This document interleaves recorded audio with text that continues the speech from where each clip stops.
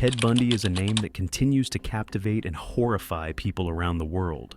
As one of the most notorious serial killers in American history, Bundy's gruesome crimes and manipulative persona have been the subject of numerous books, documentaries, and films. His criminal activities began in the 1970s and spanned across several states, including Washington, Oregon, Utah, and Colorado. Bundy is believed to have assaulted and murdered over 30 young women, although the true number remains unknown. Bundy's tactics were as cunning as they were terrifying. He often used his charm and intelligence to gain his victims' trust, sometimes feigning injury by wearing a cast or using crutches to appear vulnerable. Once he had lured his victims into his car or another secluded area, he would overpower them, leaving a trail of terror in his wake. His ability to evade capture for so long was a testament to his manipulative nature and the challenges faced by law enforcement at the time. The investigation into Ted Bundy's crimes was a complex and painstaking process. Law enforcement agencies across multiple states were involved in piecing together evidence and identifying patterns that pointed to Bundy as the prime suspect. One of the breakthroughs came from witness descriptions and forensic evidence that linked Bundy to several crime scenes. Ted Bundy's trial was one of the most publicized in American history, drawing significant media attention. The proceedings were filled with drama, as Bundy chose to represent himself, showcasing his legal knowledge and charisma in the courtroom. Despite his attempts to manipulate the jury, the evidence against him was overwhelming. His final days were marked by a series of confessions where he admitted to additional murders, though the true scope of his crimes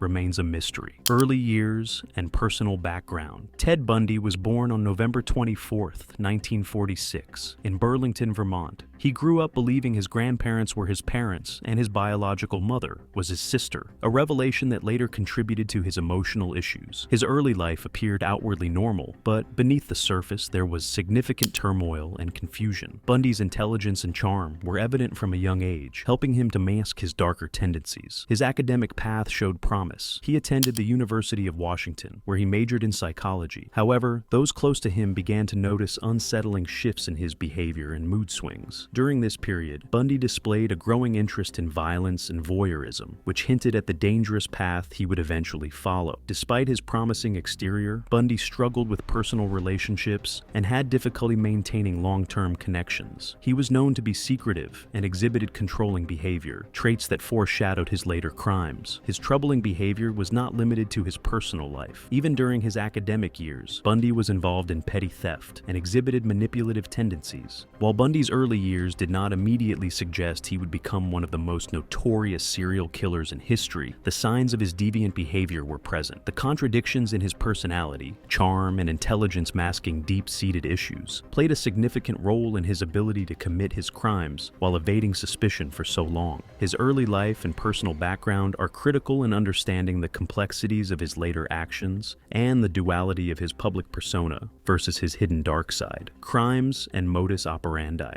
Ted Bundy's criminal activities spanned multiple states, including Washington, Oregon, Utah, and Colorado. His victims were typically young, attractive women, often with long hair parted in the middle, a detail that he seemed to seek out. Bundy's tactics were both cunning and terrifying. He often used his charm and intelligence to gain his victims' trust, sometimes feigning injury by wearing a cast or using crutches to appear vulnerable. Once he had lured his victims into his car or another secluded area, he would overpower them, leaving a trail of terror in his wake. His ability to evade capture for so long was a testament to his manipulative nature and the challenges faced by law enforcement at the time. One of Bundy's most notorious methods involved approaching women in public places such as college campuses, beaches, and parks. He would often pretend to need help with some task, like carrying books or loading items into his car, to exploit the kindness of his victims. After gaining their trust, he would abduct them, leading to their horrific fate. Bundy's criminal behavior evolved over time, showing an increasing level of sophistication and brutality. In some instances, he would break into the homes of his victims, attacking them while they slept. His use of disguises and stolen identification further complicated efforts to track him down. Ted Bundy's ability to mask his true nature behind a facade of normalcy made him one of the most dangerous and studied criminals in American history. Investigation and capture law enforcement agencies faced a challenging task in their pursuit of Ted Bundy, with multiple states collaborating to piece together crucial evidence. Witness descriptions and forensic data played vital roles in narrowing down the search. The first major breakthrough breakthrough came in 1975 when Bundy was arrested in Utah on a kidnapping charge. This arrest opened the floodgates to a series of connections between Bundy and numerous unsolved cases across various states. Bundy's resourcefulness and cunning were evident in his escape attempts, which added layers of complexity to the investigation. While awaiting trial in Colorado, Bundy jumped from a courthouse library window, successfully evading authorities for a period. His second escape in 1977 was even more dramatic. He managed to tunnel out of jail and stayed on the run for several weeks, during which he committed further crimes. Bundy's attempts to use his charm and intelligence to manipulate those around him were ultimately futile. The detailed investigative work, coupled with advancements in forensic science, finally led to his apprehension and subsequent trial. The collective efforts of various law enforcement agencies underscored the importance of interagency cooperation in tackling complex criminal cases. Trial and verdict. Ted Bundy's trial garnered widespread media attention and was filled with high drama. Choosing to represent himself, Bundy demonstrated his legal acumen and magnetic personality, often turning the courtroom into a stage. However, his attempts to sway the jury were futile against the mountain of evidence presented. In 1979, he was convicted for the brutal murders of two Florida State University sorority sisters and a 12-year-old girl. The court sentenced him to death for these heinous crimes. Bundy's trial also highlighted the intense public and media interest in high-profile criminal cases. The courtroom was often packed with spectators and reporters, and the proceedings were broadcast nationwide,